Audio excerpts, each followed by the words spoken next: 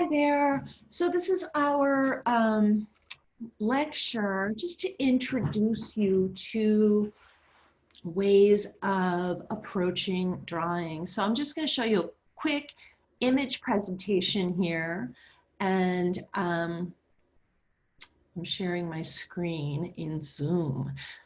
So this is a drawing. It's actually a print, but if you can see that it looks like a person viewed through like a heavy mist or a veil of chiffon or something, just tone, really no line at all in this. Let's see if I can move ahead here. So I think it's really important to remember that we all started drawing as kids, and many of us made this very style of drawing. And there's almost always a rainbow and kids with big heads and strange little bodies and hands, and just such a joyful and fun exploration. So part of my goal is to make this process of kind of relearning to draw just as joyful and useful as it was for us when we were little. This is Thomas Edison's sketchbook. So for us, we're not keeping a sketchbook this semester, but we are going to be doing sketches. So instead of having you purchase a bound sketchbook, I'm just asking you to do your rough sketches on any piece of paper you have lying around. Well, for most of us, that's just going to be our plain recycled copy paper.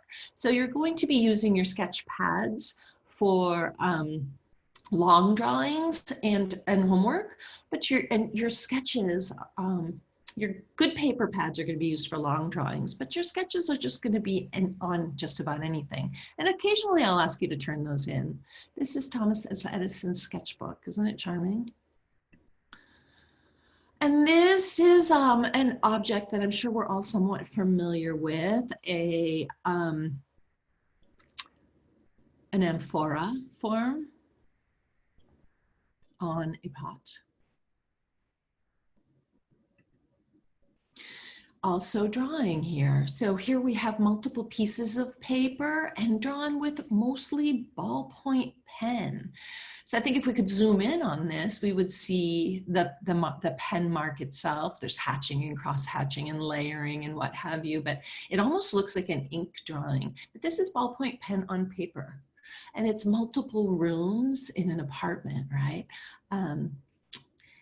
Or it's a story, it's a linear narrative, and there's little places where we can start to put together what exactly is happening.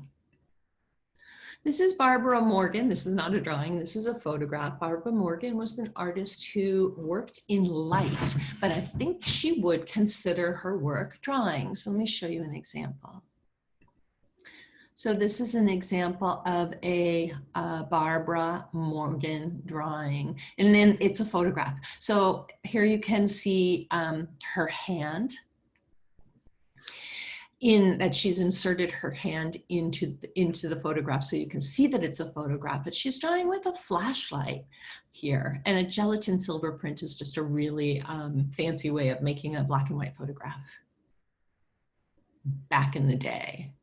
So the movement is captured in the light, and how long she stays in one place kind of gives us the thickness of the line, how close and how far away she is from the recording device also will change the line quality. So when we look at thick and thin lines and gestural lines, we're talking about line quality. This very much is a drawing. It's just a drawing with light on paper, on a photograph in space.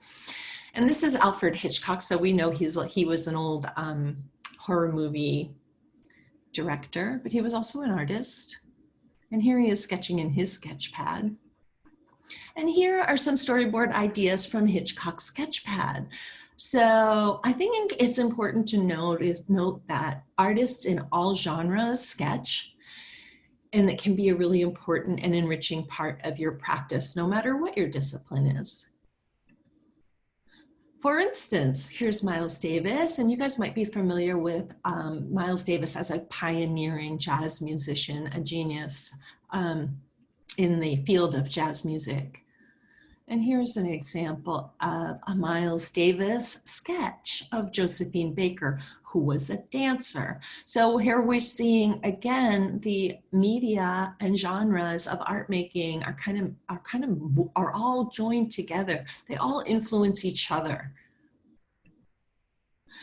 Leonardo da Vinci. So these Da Vinci sketches, which we look at a lot of them, they really have that same quality of movement that Miles Davis's sketch of Josephine Baker has. All of these lines happening all at once, things like trying to capture a moving object by drawing over and over again, each area of movement. So this is a close-up, a detail of another horse's sketch by Da Vinci. And this is done in, looks like he's calling it black chalk and pen and ink. In this case, he's using a sanguine ink, an amber-colored drawing ink, and a quill pen, which we will be using this semester as well. And you can see he's just like trying stuff out. These are what I would call thumbnail sketches. And that's really what your sketchbook is for, what your scratch paper is for, is to work out your ideas in a quick and easy, a quick and dirty way on something that you're not necessarily considering a finished masterpiece drawing. So quick sketches, working out your ideas. Like here we've got some gestural forms on the bottom. He's trying to get the anatomy of this person moving. And then up at the top, it looks like some sort of battle. There's horse riders battling one another and some dust up in an outdoor space. So this is study of horsemen in combat, which you can see up on the above, and then foot soldiers below. So here's another study of horsemen in combat and foot soldiers. 1503, we're also looking at pen and sanguine ink. Dirty, stained, it's fine, it's just the sketchbook. Here's a student drawing of a skeleton.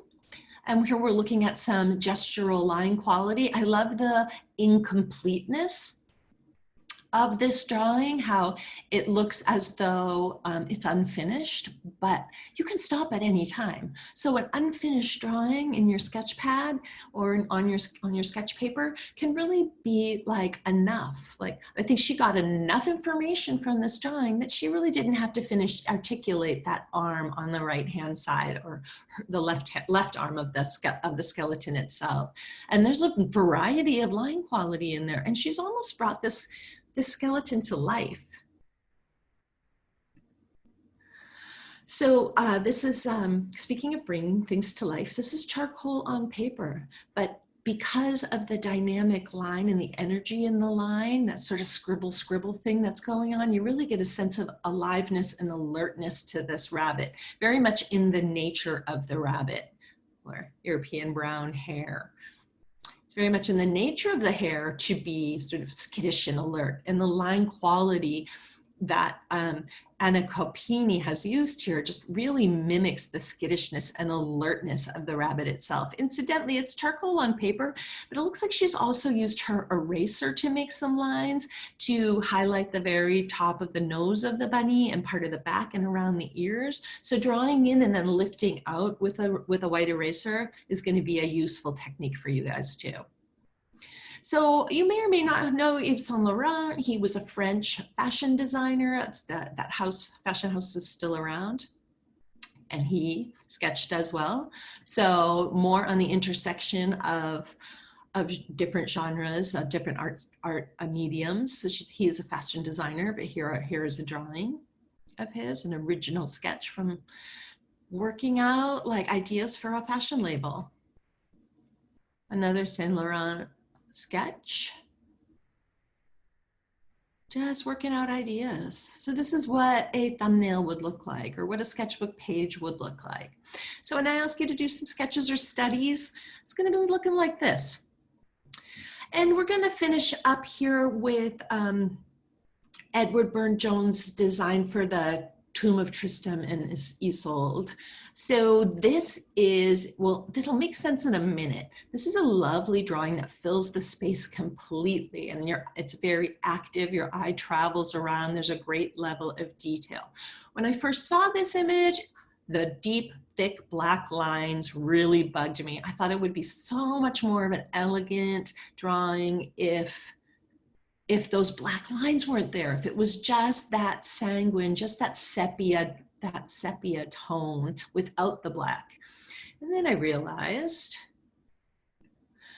that the black lines were really important to the process. So this is Burne-Jones's Tomb of Tristan and Isolde without any of the actual drawing and just the outline of the shapes itself, because at the end of it all, the Tomb of Tristan and Isolde was a stained glass project. So it makes a lot more sense now, because the stained glass lead, the leaded areas that separate the different panes of glass, have to be a thick lead line.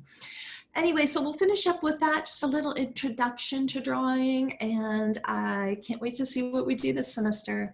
Thanks. Bye.